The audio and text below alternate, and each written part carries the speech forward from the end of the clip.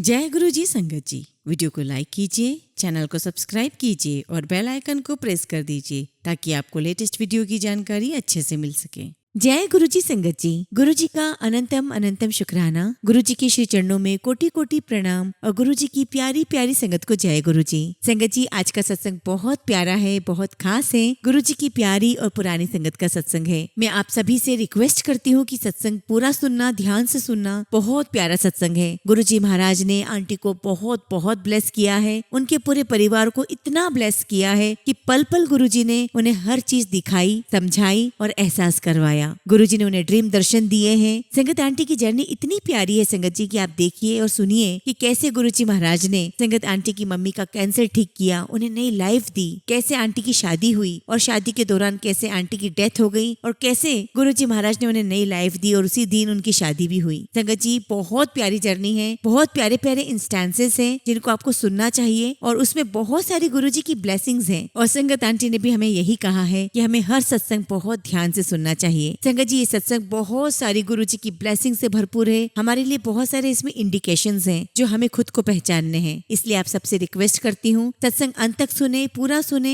गुरु जी का ध्यान करके सुने, पूरे भक्ति भाव के साथ सुने। संगत जी, अगर आप भी अपना सत्संग शेयर करना चाहते हैं तो सुंदर लिखावट में हिंदी में ईमेल आईडी और व्हाट्सएप पर शेयर कर सकते हैं और अगर आप चाहें तो ईमेल आईडी और व्हाट्सएप पे टाइप भी कर सकते हैं। तो चलिए संगत जी, सत्संग शुरू करते हैं। संगत जी, आज हम जिनका सत्संग सुनने जा रहे हैं वो गुरु जी की प्यारी और पुरानी संगत अपर्णा चौधरी आंटी का सत्संग है। जय गुरु जी, शुक्राना गुरु जी। गुरु जी को नमस्कार, सारी संगत को नमस्कार। सबसे पहले मैं गुरु जी का शुक्राना करना चाहती हूँ कि उन्होंने मुझे दाद बख्शी कि मैं आप सबके साथ अपना शुक्राना सत्संग कर रही हूँ। संगत जी, जब मैं गुरु जी से मिली तो उस बात को आज 20 साल से भी ज्यादा हो गए हैं। उस टाइम पर मैं कॉलेज की फर्स्ट ईयर या सेकेंड ईयर में थी और मैं बैंगलोर में पढ़ रही थी और एक दिन अचानक मेरे पास मम्मी का फोन आता है। मम्मी कहती है कि आज मैं गुरु जी महाराज के पास जा रही हूँ दर्शन करने। मुझे आज भी याद है संगत जी कि मैं अपनी फ्रेंड के घर पर थी और उनकी सीढ़ियों पर बैठी हुई थी और वहीं बैठकर मैं अपनी मम्मी से फोन पर बात कर रही थी। तो जनरल रूटीन की बातें जो मम्मी मुझसे कर रही थी कि तुम कैसी हो, पढ़ाई कैसी चल रही है, और उन्हीं बातों के बीच अचानक से मम्मी ने कहा कि अपर्णा, आज मैं गुरुजी के यहाँ जा रही हूँ और तुम वहीं से गुरुजी से बातें कर सकती हो। और तब मैंने गुरुजी के बारे में पहली बार सुना और मुझे सिर्फ इतना याद है कि मम्मी ने कहा कि अपर्णा, तुम वहीं से बैठे बैठे बात कर सकती हो, अपने मन की बात गुरुजी से बोल सकती हो, गुरुजी आपकी हर बात टेलीपैथी के द्वारा सुन लेंगे। मैंने कहा ठीक है मम्मी, और मुझे और भी बहुत सारी गुरुजी के बारे में बातें बताई और मम्मा ने कहा कि जब तुम अगली बार दिल्ली आओगी तो मैं तुम्हें गुरुजी के पास लेकर चलूंगी। I said okay. संगत जी, मुझे मम्मी की बात सुनकर थोड़ा आश्चर्य हो रहा था। उसका कारण ये है कि हम लोग आर्य समाजी थे, हम लोग हवन, पूजा, मंत्र जाप में बिलीव करते थे। हम कभी कभार ही किसी और मंदिर में जाया करते थे, तो गुरु को मानना तो बहुत दूर की बात थी। हालांकि संगत जी, हम किसी की भी डिसरिस्पेक्ट नहीं करते थे, लेकिन जब मम्मी ने मुझे कहा कि मैं गुरुजी से मिलकर आई हूँ, मुझे बहुत अच्छा लगा, तो मेरे मन में आया कि अगर मम्मी ऐसा कह रही है तो कुछ तो बात जरूर होगी। उसके बाद संगत जी, मैं अपनी कॉलेज लाइफ में बिजी हो गई और तभी एक दिन फिर से मम्मी का मेरे पास फोन आता है और कहती है गुरुजी ने मुझे एक लोटा ब्लेस करके दिया है जिसका आधा पानी हमें पीना है और आधे पानी से हमें नहाना है और ये काम डेली करना है 40 दिन तक। तो मम्मी ने कहा कि मैं तुम्हारे पास लोटा भिजवा रही हूँ। और उस समय संगत जी, आर्मी के एक ऑफिसर जो यहाँ बैंगलोर में आ रहे थे, उनकी बेटी भी बैंगलोर में पढ़ा करती थी, तो मम्मी ने लोटा उनके हाथ भिजवाया और कहा अपर्णा, उनसे जाकर के तुम ले आना। और संगत जी, फिर मैं उनके पास गई और मैं पहली बार किसी गुरु संगत से मिल रही थी और आप बिलीव नहीं करेंगे संगत जी, उन्होंने मुझसे इतने प्यार से बात की, इतने प्यार से वो लोटा मुझे दिया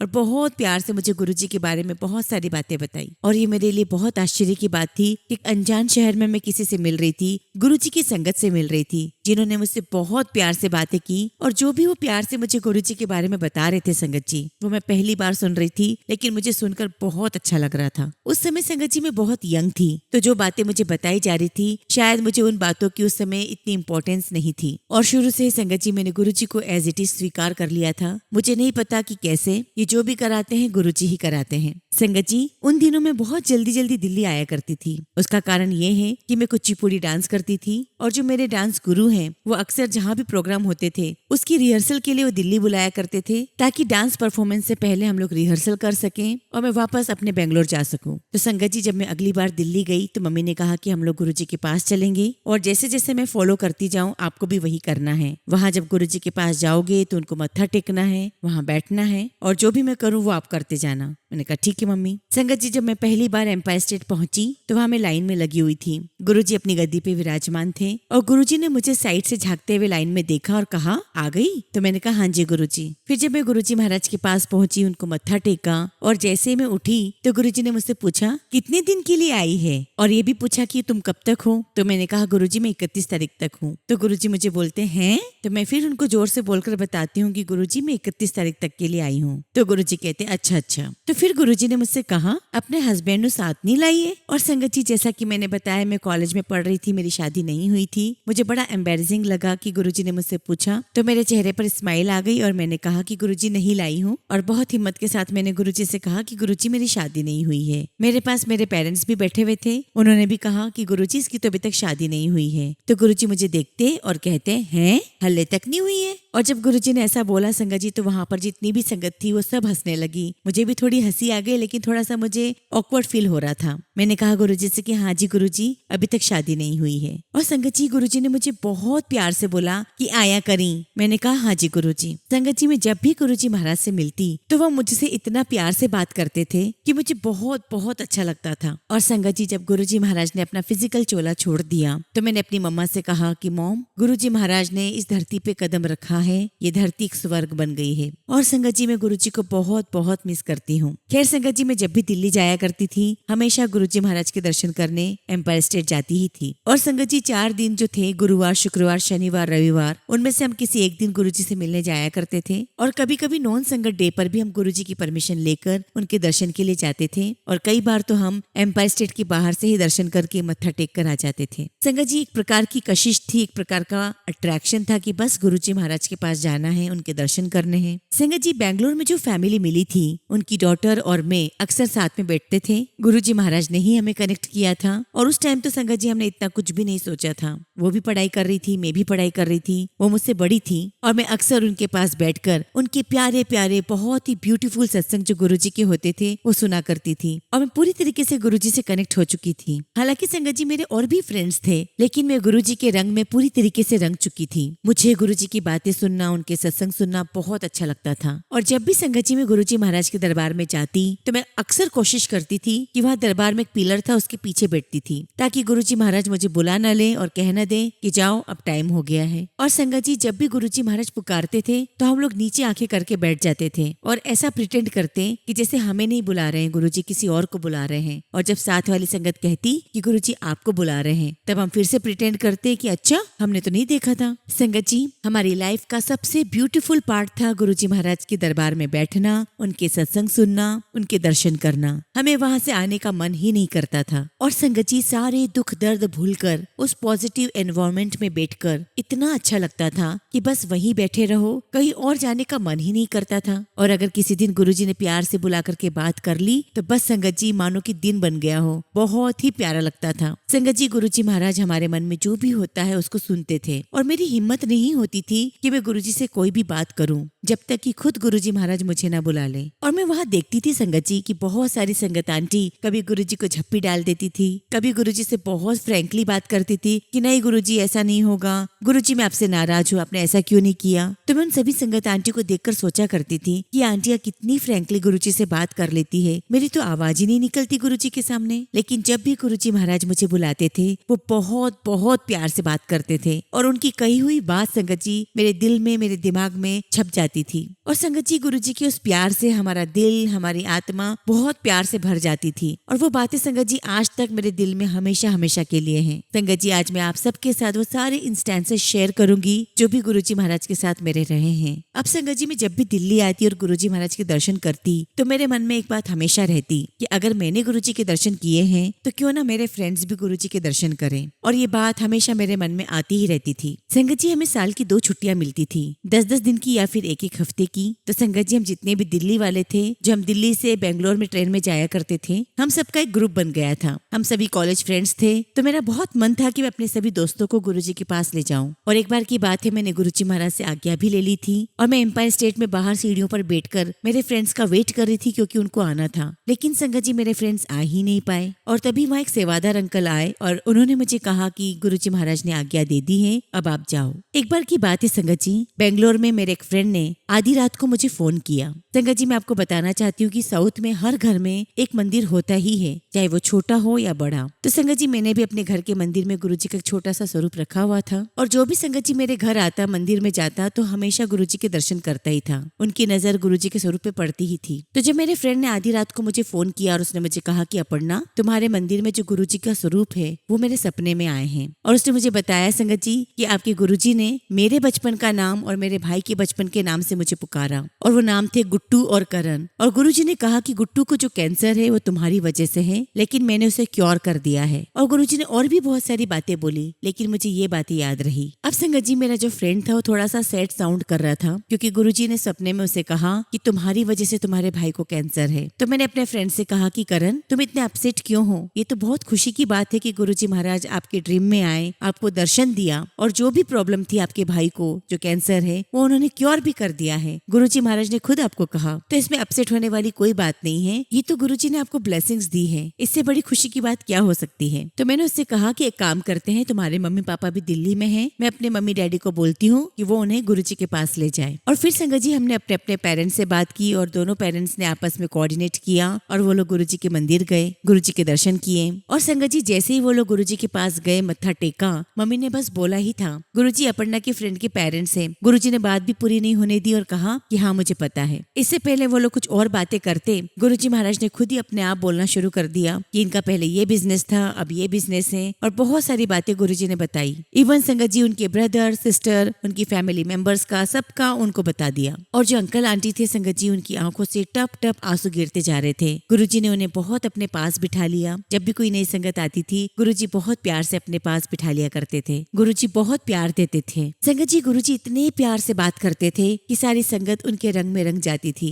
जो नई संगत आती थी वो बहुत कंफर्टेबल फील करती और गुरुजी बहुत प्यार से चाय प्रसाद, लंगर प्रसाद खिलाते थे। तो खैर संगत जी गुरुजी ने उन्हें अपने पास बिठा लिया और फिर गुरुजी ने उनसे बातें की और गुरुजी ने बताया कि उनके बेटे को कैंसर था, जो कि संगत जी उन्हें नहीं पता था। और फिर संगत जी अंकल आंटी ने अपने बेटे से बात की जो कि फ्रांस में पढ़ाई कर रहा था। और संगत जी सबसे बड़ी बात तो ये थी कि जो उनका बड़ा बेटा था जिसको कैंसर हुआ था, उसने ये बात अपने पेरेंट्स को नहीं बताई थी कि उसे कैंसर हुआ है। और संगत जी गुरुजी महाराज ने उन्हें ब्लेस किया और वो ठीक हो गए। और कुछ समय के बाद संगत जी मेरे फ्रेंड को फिर से गुरुजी महाराज सपने में आते हैं और कहते हैं कि कुछ पार्ट है जो उसके शरीर में रह गया है, जो अभी ठीक नहीं हुआ है, उसको एक इंजेक्शन दिया जाएगा और इसके बाद वो ठीक हो जाएगा। और संगत जी गुरुजी का कहा हुआ पत्थर की लकीर होता है, चाहे वो बात गुरुजी ने सपने में ही क्यों ना कही हो। तो फिर जब मेरे फ्रेंड के भाई को तकलीफ हुई, जब वो डॉक्टर के पास गए, डॉक्टर ने उनका एग्जामिनेशन किया तो उन्होंने डिटेक्ट किया कि उनकी बॉडी में कुछ ग्रो हो रहा है। उसके बाद उन्होंने एक इंजेक्शन दिया और उस इंजेक्शन के बाद संगत जी वो बिल्कुल ठीक हो गए। और संगत जी वो भैया जब बिल्कुल ठीक हो गए और जब वो इंडिया वापस आए तो गुरुजी महाराज के दरबार गए, उनसे मिले, उनको मत्था टेका। तो हम सब ने भी वहाँ नोटिस किया कि वो तो पहले से ही शिव भक्त थे। उनकी बॉडी पर त्रिशूल के, भोलेनाथ के टैटूज बने हुए थे। अब संगत जी जो मेरे मन में था कि मैं अपने दोस्तों को गुरुजी के पास लेकर जाऊं, तो मैंने सुना था कि गुरुजी आपके थ्रू आपकी कितने ही जनरेशंस को, आपकी फैमिली को, आपके फ्रेंड्स को, न जाने कितने लोगों को ब्लेस कर देते थे। और संगत जी देखिए मेरे मन में था कि मैं अपने दोस्तों को ले जाऊं, लेकिन साथ में ये भी सोचती थी कि मेरे दोस्त ये ना सोचे कि मैं सारे दिन गुरुजी में लगी रहती हूँ, मैं किन चीजों में पड़ गई हूँ। मैं चाहती थी कि वो आए और इस ब्यूटीफुल एक्सपीरियंस को वो फील करे और गुरुजी की ब्लेसिंग्स प्राप्त करें, ब्लेस्ड फील करें। और जो भी मेरे मन में था संगत जी वो गुरुजी ने पूरा किया। और मैं जब भी गुरुजी महाराज के सामने जाती, मेरे मन में जो भी बातें रहती, मैं मन ही मन उनके सामने बोलती रहती थी। गुरुजी मेरे मैथ सब्जेक्ट का ऐसा है, मेरी इंजीनियरिंग का ये है, मैं ऐसी जॉब करना चाहती हूँ, मुझे ऐसी जॉब मिले। एक बार की बात है संगत जी हम गुरुजी के दरबार में थे और बहुत रात भी हो चुकी थी, बहुत देर हो चुकी थी हमें। हम वहीं बैठे हुए थे और थोड़ी देर बाद गुरुजी भी अपनी गद्दी से उठकर नीचे हमारे पास आकर के बैठ गए और गुरुजी ने मुझे कहा कि मुक्की मारो। मारो। पहली बात तो संगत जी जब गुरुजी नीचे मेरे पास आकर के बैठे तो मेरा दिल बहुत जोर जोरों से धड़क रहा था। फिर जब गुरुजी ने कहा कि मुक्की मारो तो मैंने उनके पैर पे ऐसे ही किया और तभी गुरुजी मुझे बोलते हैं कि जोर जोर से मारो। और संगत जी मैंने अपनी तरफ से पूरी कोशिश की कि मैं उनके पैरों पे मुक्की मारूं, लेकिन ऐसे कि उन्हें दर्द भी ना हो और उन्हें आराम भी आ जाए। लेकिन गुरुजी मुझे कहते और जोर नाल कर। और संगत जी गुरुजी के पैर इतने सॉफ्ट, इतने मक्खन जैसे, ऐसा लग रहा था जैसे मेरे हाथ ही उनके पैरों में जा रहे हैं। तो मेरे मन में आ रहा था कि मैं और कितना प्रेशर डालूं। और फिर थोड़ी देर बाद मुझे कहते गुरुजी ओ मोटी आंटी ने बुला के ले आई। तब मुझे लगा कि शायद मैंने गुरुजी को अच्छे से नहीं किया है। फिर मैं उठी और गुरुजी ने जिन आंटी को बुलाकर लाने के लिए कहा था मैं उनको बुलाकर लेकर आई। वो आंटी गुरुजी के लेफ्ट में बैठी, मैं गुरुजी के राइट में बैठी हुई थी। और फिर आंटी ने गुरुजी के पैर दबाना शुरू कर दिए और फिर गुरुजी आंटी से बात करने लगे। और मेरे मन में यही चल रहा था कि मैंने गुरुजी को ठीक से नहीं किया। तभी गुरुजी मुझसे पूछते हैं भैया किथे हैं। फिर मैंने बताया कि गुरुजी कि भैया यहाँ पर हैं। फिर गुरुजी ने मुझसे पूछा कि पापा कहाँ हैं। तो उस समय संगत जी मेरे पापा राजस्थान के टूर पे गए थे। तो मैंने कहा कि गुरुजी पापा राजस्थान में होंगे। तो गुरुजी कहते अच्छा। फिर गुरुजी मुझसे पूछते वड्डा कौन है, भैया की तू। तो मैंने कहा कि गुरुजी भैया। तो गुरुजी मुझे कहते अच्छा लग दी तो तू है। और संगत जी अक्सर ऐसा होता था कि हम जितनी बार भी गुरुजी महाराज के पास जाते मेरा भाई साथ में नहीं होता था। तो अक्सर गुरुजी महाराज मुझसे यही सवाल करते कि भैया किथे है। मैं गुरुजी को जवाब देती। उसके बाद गुरुजी मुझसे फिर से वही सवाल पूछते कि वड्डा कौन है, तू है कि भैया। और मैं कहती कि गुरुजी भैया बड़ा है। तो गुरुजी मुझे वही जवाब देते लग दी तो तू है। और फिर गुरुजी स्माइल करने लगते। और उसके बाद गुरुजी मुझे अक्सर कहते तो चल फिर तेरी शादी करा दे। तो मैं कहती हाँ जी गुरुजी। और जब संगत जी उस दिन गुरुजी महाराज मेरे पास बैठे हुए थे तो मेरे मन में आया कि ये बहुत अच्छी अपॉर्चुनिटी मुझे मिली है। जो भी मेरे दिल में है मैं गुरुजी से बात कर लेती हूँ, पूछ लेती हूँ। तो मैंने गुरुजी से कहा कि गुरुजी मैं IAS बनना चाहती हूँ, पर मुझे समझ में नहीं आ रहा कि मैं GMAT की तैयारी करूँ, कि मैं MBA की तैयारी करूँ, या मैं IAS ऑफिसर बनने की तैयारी करूँ, या फिर मेरी जॉब इन्फोसिस में लग गई है मैं उसकी तैयारी करूँ। क्योंकि संगत जी मैं 4th ईयर में थी और मेरा प्लेसमेंट हो चुका था। तो मेरे हर एक चीज पे गुरुजी बोलते रहे ए भी ठीक है, ए भी ठीक है, ए भी ठीक है। तो मुझे समझ ही नहीं आ रहा था कि मैं क्या करूं, क्योंकि मुझे मेरा आंसर नहीं मिल रहा था। थोड़ी देर बाद मैंने फिर गुरुजी से पूछा कि गुरुजी मैं क्या करूं। तो गुरुजी कहते जिथे तेरी मर्जी। और फिर थोड़ी देर में कहते चल फिर तेरी शादी करा देते हैं। लेकिन संगत जी मुझे तो और पढ़ना था। लेकिन जो भी कन्वर्सेशन गुरुजी महाराज के साथ होती थी वो बहुत प्यारी होती थी, बहुत ब्यूटीफुल होती थी। गुरुजी महाराज को आपके मन में क्या है वो सब कुछ पता होता था। एक बार की बात है संगत जी, जब 3rd ईयर या 4th ईयर में इंटर्नशिप की बारी आती है, सबके प्लेसमेंट्स हो जाते हैं मेरे फ्रेंड्स के, तो मेरे मन में आता है कि दिल्ली में जो सीमेंस है मेरा वहां पर हो जाए। क्योंकि संगत जी मैं देखा करती थी कि गुरुजी के दरबार में जितनी भी संगत आती थी ज्यादातर संगत जी आर्मी के रिटायर्ड ऑफिसर होते थे और वो लोग उस समय सीमेंस में अलग अलग वेरियस पोस्ट पर थे। तो मुझे लगता था कि वो वहाँ काम करते हैं, लेकिन हर टाइम वो गुरुजी के पास ही बैठे होते थे। तो ये मेरी दिली तमन्ना थी कि मेरा सीमेंस में हो जाए, मैं वहाँ जॉब करूँ, ताकि मैं भी दिल्ली में रहूँ और मैं भी रोज गुरुजी के पास आऊँ, उनके पास बैठूं, उनके दर्शन करूँ। ये सारी बातें संगत जी मेरे मन में थी। और संगत जी सारी बातें मैंने अपनी फैमिली से डिस्कस नहीं की थी। एक बार की बात है, हम गुरुजी महाराज के पास गए हुए थे दरबार में, और जब आज्ञा लेने का समय आया तो हम गुरुजी के पास गए। लेकिन उस वक्त मेरे मन में ये चल रहा था कि ओहो अब गुरुजी तो आज्ञा दे देंगे, हमें वापस घर जाना पड़ेगा। और संगत जी जब मैं गुरुजी महाराज के पास गई, उनको प्रणाम किया, उनको मत्था टेका, और जैसे ही उठी गुरुजी ने कहा जा तेनू सीमेंस कंपनी विच ब्लेस कर देता। और संगत जी जैसे ही मैंने ये सुना आई वाज सो सरप्राइज्ड, क्योंकि ये बात मैंने किसी से भी शेयर नहीं की थी, ये बात सिर्फ मेरे मन में थी। एक्चुअली संगत जी गुरुजी ने मुझे ये कहा था कि चल तुझे सीमेंस कंपनी विच ब्लेस कर देता इंटर्नशिप के लिए, उस तो बाद जॉब। और संगत जी मैंने अपनी मम्मा को भी बताया कि मम्मा ये बात तो मैंने आपसे भी शेयर नहीं की थी और ये सिर्फ मेरे मन में था, और गुरुजी ने आज वही बोला। मम्मा ने कहा अच्छा। तो संगत जी गुरुजी आपके मन की हर बात जानते हैं, उन्हें पता है कि आपके मन में क्या चल रहा है और कब किस समय क्या देना है। और वाकई में संगत जी गुरुजी महाशिव हैं। वो इस रूप में इस धरती पर हमारे लिए आए हैं, हमें ब्लेस करने के लिए आए हैं। गुरुजी महाराज अपनी पूरी संगत को बहुत कुछ देने के लिए और बहुत सारा ब्लेस करने के लिए आए हैं, लेकिन ये हमारे ऊपर है संगत जी कि हम गुरुजी से कितना रिसीव कर पाए। और संगत जी जैसा कि मैंने आपको बताया कि गुरुजी हमारे मन की हर एक बात जानते हैं। ऐसे एक बार की बात है संगत जी, जब मैं बैंगलोर शिफ्ट हुई तो मुझे सेट करने के लिए मम्मी वहाँ आई थी, और जब मैं कॉलेज चली गई उसके बाद मेरी मम्मी गुरुजी के स्वरूप के सामने खड़ी हुई और उनके मन में जो भी मेरे भाई के लिए चल रहा था वो सब कुछ वो गुरुजी से बातें कर रही थी, उनकी शादी के लिए, उनकी जॉब के लिए, उनकी फ्यूचर के लिए। और वहीं दूसरी ओर दिल्ली में मेरा भाई गुरुजी महाराज के पास दर्शन करने एम्पायर स्टेट गया हुआ था। और जब गुरुजी से मिला, उनको मत्था टेका, उनसे बातें की,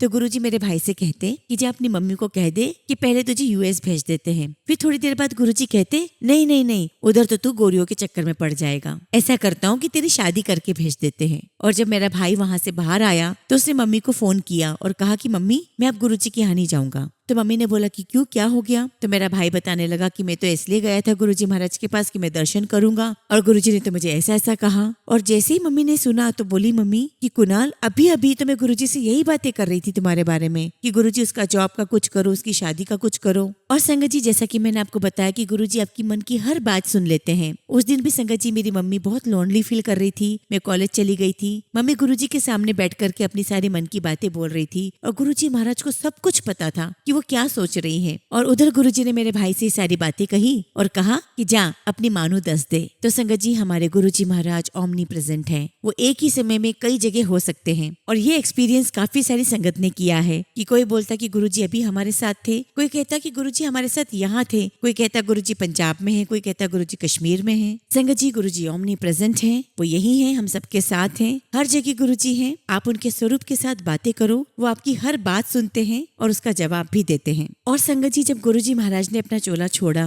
तो मुझे ऐसा लगा जैसे मेरी लाइफ ही खत्म हो गई है। मैं बहुत बहुत दुखी थी, बहुत सैड थी। और संगत जी, मैं बहुत टूट गई थी इस बात से, क्योंकि मैं जब भी गुरुजी महाराज के दरबार में जाती तो मैं वहाँ पर बहुत सारी ओल्ड आंटीज को देखती थी और देखती थी कि वो आंटी कितने प्यार से गुरुजी से बातें करती हैं, कोई अपने बेटे के समान मानती हैं। तो मैं भी उन आंटी को देखकर सोचा करती थी कि जब मैं भी बूढ़ी हो जाऊंगी, जब मैं भी ओल्ड हो जाऊंगी, तो मैं भी ऐसे ही गुरुजी महाराज के पास आया करूंगी, उनके पास बैठूंगी और गुरुजी भी मुझसे बहुत प्यार से बात करेंगी। उस वक्त संगत जी, मैंने बिल्कुल भी नहीं सोचा था कि गुरुजी महाराज हमारे बीच से ऐसे चले जाएंगे। ये बात संगत जी हम सबके लिए बहुत शॉकिंग थी। लेकिन एक बार मैंने अपनी मम्मी से कहा कि मम्मी, अगर इस धरती में कहीं स्वर्ग है तो हम यही मानेंगे कि गुरुजी महाराज आए इस धरती पर, उन्होंने अपने चरण रखे, हमें अपनी संगत बनाया और उस ईश्वर से, उस साक्षात ईश्वर से हमने बातें की, उनके पास बैठे और उन्होंने हमें बहुत प्यार दिया। और गुरुजी महाराज ने एक बार मेरी मम्मी से कहा भी था कि मैं शिव परिवार इकट्ठा कर रहा हूँ। तो संगत जी, मुझे तो ऐसा लगता है कि जैसे कि हम सभी शिव गण हैं, हम सभी गुरुजी का, महाशिव जी का एक परिवार है और गुरुजी महाराज दुनिया के कोने कोने से हमें इकट्ठा करके जोड़ रहे हैं। तो संगत जी, हमें बिल्कुल भी सैड फील नहीं करना चाहिए। हमें फील करना चाहिए कि हम बहुत बहुत ब्लेस्ड है कि गुरुजी महाराज ने हमें अपनी संगत में बनाए रखा,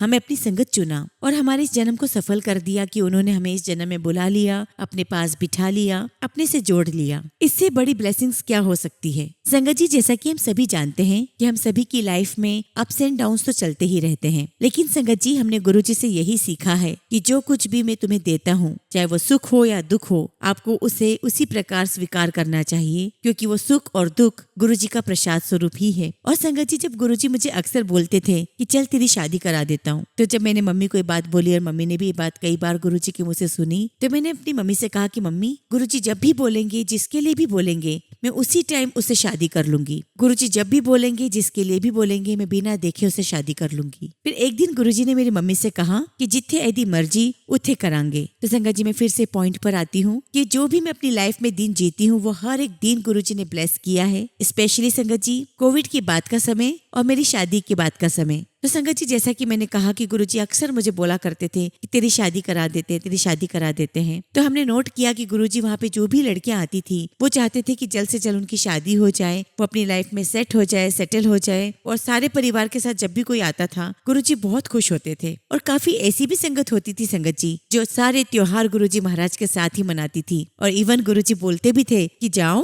हॉलीडे मना कर आओ। लेकिन संगत जी, हम सबको यही होता था कि हम सारा सेलिब्रेशन, हर सेलिब्रेशन गुरुजी के साथ करें। संगत जी, गुरुजी महाराज ने 2007 में अपना चोला छोड़ा और 2009 में मुझे गुरुजी का ड्रीम आया। एक्चुअली संगत जी, वो ड्रीम के अंदर ड्रीम था। मैंने देखा कि एक बहुत बड़ा ओशियन है जो कि बहुत गंदा है और उस ओशियन के अंदर मैं, मेरी मम्मी, मेरा भाई और एक अंकल और थे। और गुरुजी महाराज ओशियन के बाहर खड़े थे। गुरुजी महाराज एक कोच की तरह से लग रहे थे और ऐसा लग रहा था जैसे वो हमें बैकअप कर रहे हो। ऐसा लग रहा था जैसे गुरुजी महाराज हमें गाइड कर रहे हो, एक प्रकार की जैसे वो रिले रेस हो, कुछ हमें टास्क दिया गया हो और हमें उस टास्क को कंप्लीट करके जल्दी से जल्दी बाहर आना था, क्योंकि संगत जी पानी बहुत गंदा था और हम अंदर सांस भी नहीं ले पा रहे थे। लेकिन गुरुजी बाहर खड़े होकर कह रहे थे कि करो करो, करना था मैं। हाँ, तो गुरुजी आगे और कहते हैं कि हिम्मत नहीं हारनी, अगर अभी नहीं करोगे, इस जन्म नहीं करोगे, तो फिर से यही सब कुछ अगले जन्म में भी करना पड़ेगा। लेकिन करना तो मुझे है। इस पूरे टास्क में जो भी तुम्हें दर्द तकलीफ हो रही है वो तुम्हें नहीं लेना है, वो तो मैं हूँ जो इन सब चीजों से गुजरूंगा। और जो कुछ भी तकलीफें तुम्हें दिखाई दे रही है वो इस जन्म की है और तुम्हें इस जन्म में ही से फिनिश करना है, क्योंकि तुम ये जो कुछ भी कर रहे हो वो मेरे थ्रू कर रहे हो। बेशक मैं अगले जन्म भी तुम्हारे साथ ही रहूंगा, लेकिन ये दुख दर्द जो इस जन्म की है उन्हें आपको इसी जन्म में पूरा करना है। तो संगत जी सपने में यही देखा कि हम लोग पानी के अंदर हैं, ओशन के अंदर हैं और एक प्रकार की रिले रेस थी और अगर हम में से कोई एक भी हार जाता तो पूरी टीम हार जाती और हम अंदर ही रह जाते और हम अंदर ही मर जाते। और चूंकि संगत जी में एक बहुत गंदे पानी के अंदर थे तो मुझे पानी के अंदर सांस नहीं आ रहा था।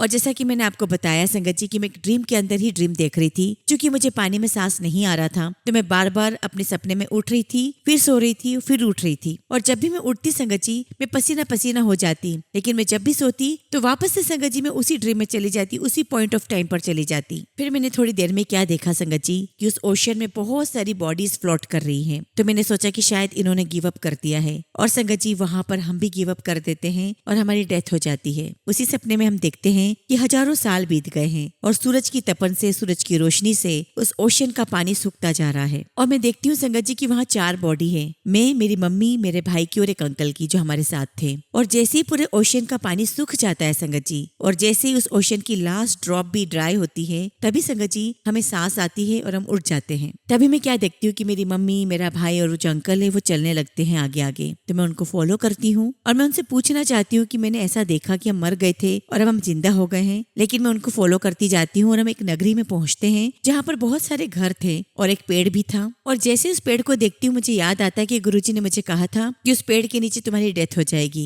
फिर संगत जी मैं उनको फॉलो करते करते आगे बढ़ती हूँ तो मैं देखती हूँ संगत जी की खिड़की में एक आदमी बैठा हुआ है और वो कुछ बेच रहा है और उसे देखकर याद आता है कि अरे मुझे इसे तो 10 रुपए देने थे। और हम आगे बढ़ते हैं और एक कमरे में जाते हैं जहाँ पर वो सारे लोग मुझे नजर आए जिनकी मैंने डेड बॉडीज देखी थी। हम वहां जाकर के बैठते हैं और मैं उन सबसे बातें करती हूँ कि आप सबको भी वही एक्सपीरियंस हुआ जो मुझे हुआ कि हम लोग सब मर गए थे और वापस जिंदा होकर नई लाइफ हमें मिली है, हम दोबारा इस जीवन में आए हैं। और संगत जी जब मैं ये सब कुछ बता रही थी तो मैं बहुत इमोशनली थी और अचानक संगत जी मेरी नींद खुल जाती है। मैं उठती हूँ, मैं मम्मी के पास सुबह के 4 बजे उनके कमरे में जाती हूँ, उनको अपना ड्रीम सुनाती हूँ। मैं बहुत रोती हूँ क्योंकि संगत जी एक तो गुरुजी हमारे पास थे नहीं और ऊपर से मैंने ऐसा ड्रीम देख लिया था तो मैं बहुत डरी हुई थी। और संगत जी सपना मुझे तब आया था जब हम पूरी फैमिली में हम सभी बहुत लो फील कर रहे थे। और जब मैं अपने सपने से उठी अपनी मम्मी के पास गई और कहा कि मम्मी मैं आपको सारा सपना सुना देती हूँ क्योंकि मैं भूल जाती हूँ। और मैंने आंख बंद करके उनको सारा सपना सुना दिया। तो मैंने मम्मी से कहा कि मम्मी गुरुजी सपने में आए थे और कह रहे थे कि हिम्मत नहीं हारनी, हिम्मत नहीं हारनी। और गुरुजी ये भी कह रहे थे कि जो भी हमारे कर्म है वो हमें इसी जन्म में पूरे करने हैं और हम नहीं कर रहे वो पूरा, वो गुरुजी हमें पूरा करवा रहे हैं। And he is the one who is going through the pain. और मैंने ये भी बताया मम्मी को कि गुरुजी का जो चेहरा था वो नॉर्मल चेहरे से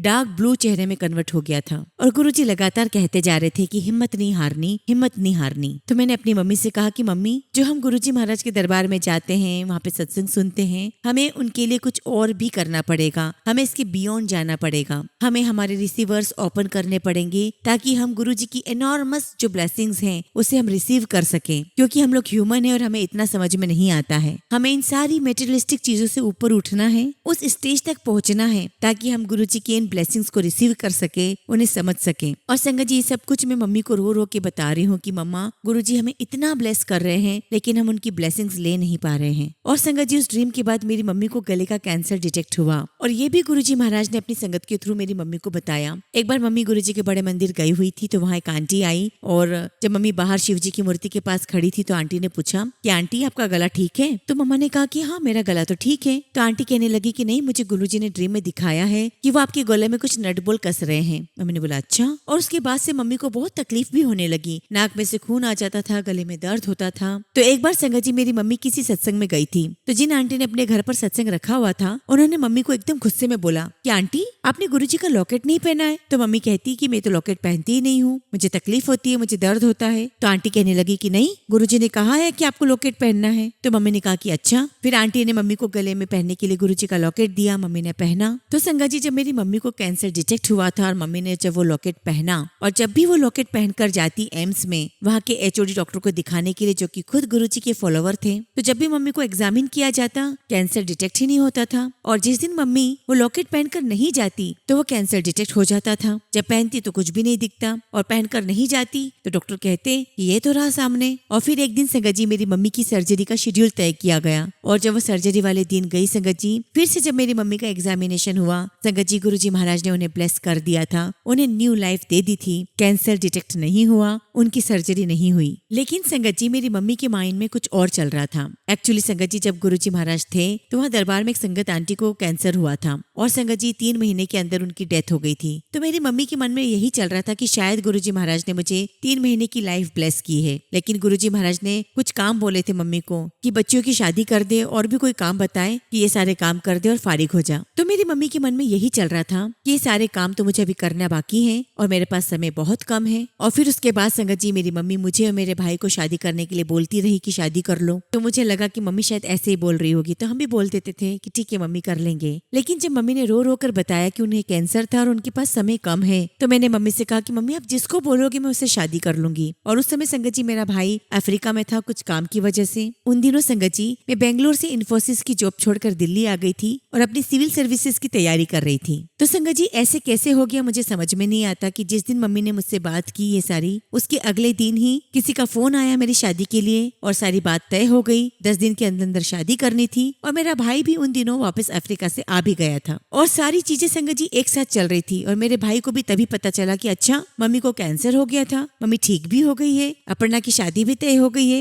ये सब कुछ संगत जी एक साथ हो रहा था, और ये सारी की सारी ब्लेसिंग्स गुरुजी की थी, ये उनके अपने तरीके थे। उसके बाद संगत जी, मम्मी ठीक भी हो गई, मेरी शादी भी हो गई, और जो मैंने ड्रीम में देखा था कि एक अंकल और थे, उन अंकल को हार्ट अटैक हुआ और उनकी डेथ हो गई थी। गुरुजी महाराज ने मेरी मम्मी का कैंसर ठीक किया, उन्हें नई लाइफ ब्लेस की। जय गुरुजी, शुक्राना गुरुजी। मेरी शादी का बोलते थे, मेरी शादी हो गई। और शादी वाले रात संगत जी, मैं शुरुआत में तो ठीक थी, लेकिन थोड़ी देर में मुझे अनईजी फील होने लगा, और मैं अंदर जाकर के थोड़ा रेस्ट करने के लिए मैंने कहा। आज भी जब मैं अपनी शादी की फोटोग्राफ्स देखती हूँ तो शुरू की फोटोग्राफ्स में बिल्कुल अच्छी हूँ, और बाद वाली फोटोग्राफ्स में साफ दिखाई दे रहा है कि मैं बिल्कुल भी ठीक नहीं दिख रही हूँ, मेरी आंखों में पानी है। और जब संगत जी मुझे अंदर ले जाया गया तो मैं अंदर जाकर के बेहोश हो गई, कोलैप्स हो गई। और संगत जी, दिल्ली की एक एयरफोर्स की मेस में मेरी शादी हो रही थी, तो वहाँ फटाफट एम्बुलेंस बुलाया गया। मेरे मामा जी जो खुद एक डॉक्टर थे, और मेरे मामा जी ने जब मेरी पल्स देखी संगत जी, तो उस समय संगत जी मेरी पल्स नहीं चल रही थी, मैं जीवित नहीं थी। और संगत जी, जो दुल्हन का कमरा होता है, मुझे वहाँ ले जाकर के पलंग पे लेटा दिया गया, और जो संगत फैमिली मेरी बहुत क्लोज थी वो मेरे पास बैठी हुई थी। और संगत जी, सभी लोग इसी इंतजार में थे कि ब्राइड अब वापस आएगी, ब्राइड अब वापस आएगी। लेकिन संगत जी, ब्राइड तो वहाँ थी ही नहीं, bride was no any more. और वहीं पे संगत जी, एक आंटी ने गुरुजी का शब्द चलाया हुआ था, एक आंटी ने गुरुजी का स्वरूप मेरे पास रखा हुआ था। और संगत जी, जो शब्द चलाया था वो था,